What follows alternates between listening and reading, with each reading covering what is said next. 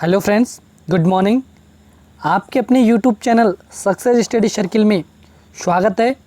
और जो इस चैनल पे नए हैं वो प्लीज़ चैनल को सब्सक्राइब करें और बेल आइकन ज़रूर दबाएं। आज है 17 अगस्त, तो हम 17 अगस्त की प्रमुख करंट अफेयर्स के बारे में आपसे चर्चा करेंगे।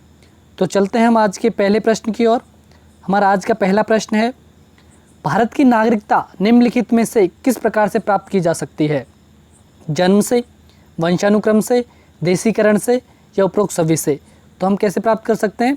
तीनों तरह से हम भारत की नागरिकता प्राप्त कर सकते हैं। और आपकी जानकारी के लिए बता दूं, भारतीय नागरिकता अधिनियम 1955 के अधीन भारतीय नागरिकता का अर्जन जन्म द्वारा, देशीकरण द्वारा, पंजीकरण द्वारा, वंश परंपरागत द्वारा तथा अर्जित भूभाग के विलयन द्वारा प्राप्त की जा सकती है। और सामान्य रूप से संघात्मक शासन में दोहरी नागरिकता की व्यवस्था होती है, जैसे संघ से अलग लेनी पड़ती है और फिर राज्य से अलग। किंतु भारत में सिर्फ संघीय नागरिकता या एकल नागरिकता ही है, क्योंकि भारत में संघीय नागरिकता है, मतलब कि हमें अलग से राज्य की लेने की आवश्यकता नहीं होती, इसीलिए हमारी नागरिकता है एकल नागरिकता।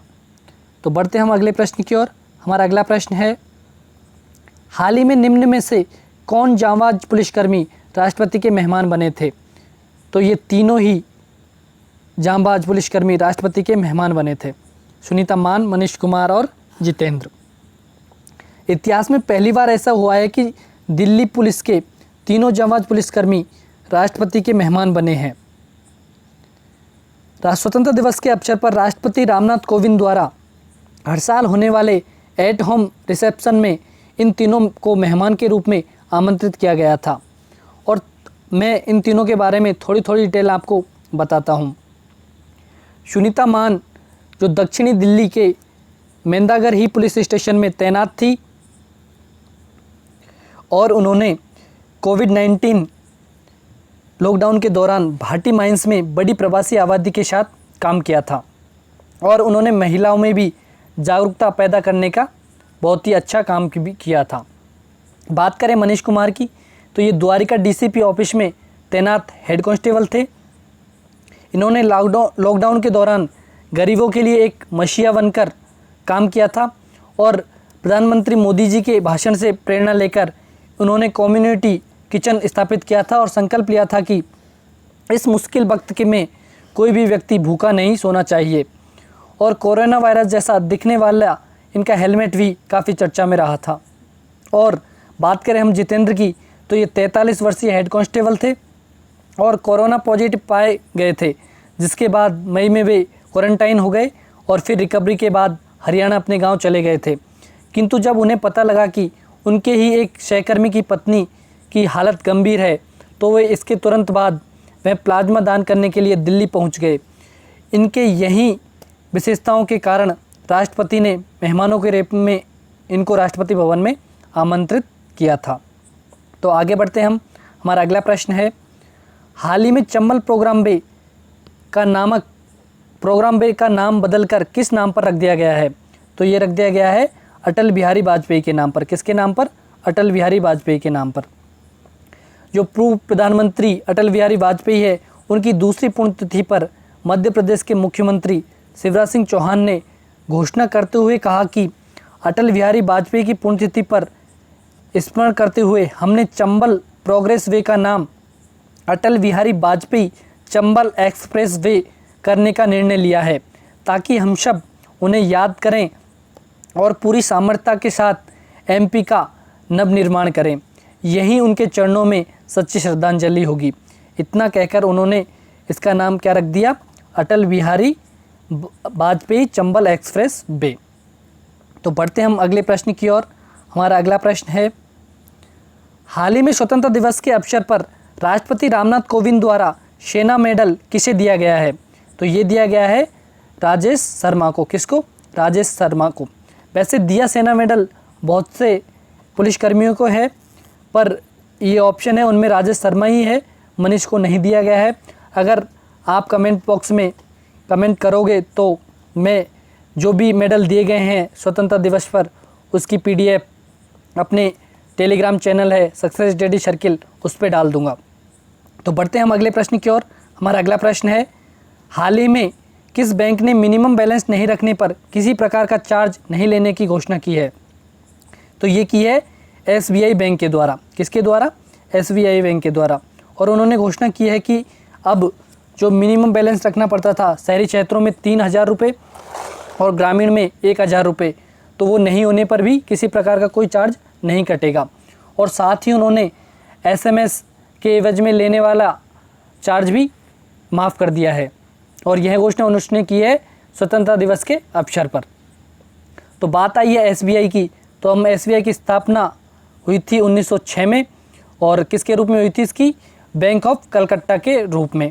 किंतु 1 जुलाई 1944 को SBI के नाम से इसकी स्थापना की गई, और इसके वर्तमान गवर्नर है शशिकांत दास है, और इसका हेडक्वार्टर है मुंबई में। तो बढ़ते हैं हम अगले प्रश्न की ओर। हमारा अगला प्रश्न है, किस भारतीय प्रौद्योगिकी संस्थान ने एक दीक्षक नामक सॉफ्टवेयर लॉन्च किया है?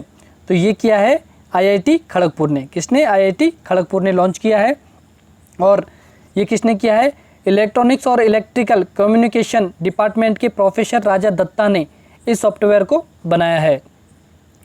इस वेब आधारित सॉफ्टवेयर को किसी भी कंप्यूटर या सेल फोन में ओपन कर सकते हैं।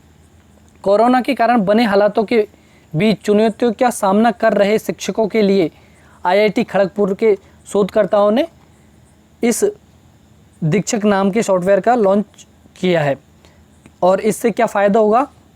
इससे जैसे हम क्लासरूम में पढ़ते हैं वैसा एक प्लेटफॉर्म तैयार होगा, जिससे शिक्षकों को और पढ़ने वालों को किसी भी प्रकार की कोई परेशानी नहीं होगी। तो ये हमारे लिए बहुत ही अच्छी बात है। तो बढ़ते हैं हम हमारे अगले प्रश्न की ओर। हमारा अगला प्रश्न है, हाल ही में नौसेना संचालन के महानिदेशक के रूप में किसे नियुक्त किया गया है? तो ये किया गया है दिनेश त्रिपाठी को। किसको? दिनेश त्रिपाठी को। बढ़ते हैं हम हमारे अगले प्रश्न की ओर। हमारा अगला प्रश्न है, हाल ही में निम्न में से किन क्रिकेटरों ने संन्यास लेने की घोषणा की है? तो ये की है महेंद्र सिंह धोनी और सुरेश रैना ने। तो इसका आंसर होगा ऑप्शन सी, उपयुक्त दोनों। और इसमें अपन धोनी के बारे में थोड़ी चर्चा कर लेते हैं थोड़ा डिटेल से। और बुरा मत मानना, मैं सुरेश रैना के बारे में इतना नहीं बताऊंगा क्योंकि टाइम की थोड़ी प्रॉब्लम है। तो धोनी ने भारत के लिए 350 एक दिवसीय मैच खेले हैं, जिनकी 297 पारियों में 50.57 की औसत से 10,773 रन बनाए हैं। और उन्होंने वनडे में 10 शतक और 73 अर्धशतक भी लगाए हैं। बात करें उनकी विकेट कीपिंग की, तो उन्होंने 444 शिकार किए हैं, उनमें से 321 कैच पकड़े हैं व 123 स्टंप भी किए हैं। बात करें टेस्ट की, तो टेस्ट में उन्होंने टोटल 90 मैच खेले हैं और 144 पारियों में 38.09 की औसत से 4876 रन बनाए हैं। और T20 में बात करें तो 98 मैच खेले हैं और 37.7 की औसत से 1617 रन बनाए हैं। बढ़ते हैं अगले प्रश्न की ओर। अगला प्रश्न है हमारा, हाल ही में चेतन शर्मा का निधन हो गया, ये कौन थे? ये कौन थे? ये थे क्रिकेटर और वर्तमान में यूपी के कैबिनेट मंत्री भी थे।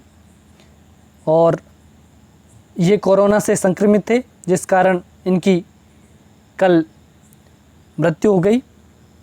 तो बात करते हैं हमारे अगले प्रश्न की, जो कि आखिरी प्रश्न है हमारा, और ये होता है साइंस से। कैंसर अस्थि मज्जा के कौन से भाग को प्रभावित करता है? तो ये करता है ल्यूकेमिया को। किसको?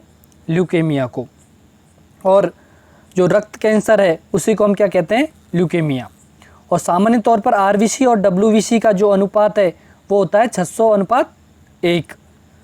यदि WBC का अनुपात एकाएक बढ़ने लगे, मतलब 1 से ऊपर होने लगे, तो इसे ल्यूकेमिया या रक्त कैंसर कहते हैं।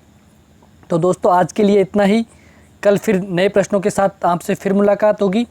और अगर आपको इसकी PDF चाहिए तो आप हमारे टेलीग्राम चैनल है सक्सेस स्टडी सर्किल नाम से, उससे ज्वाइन करें।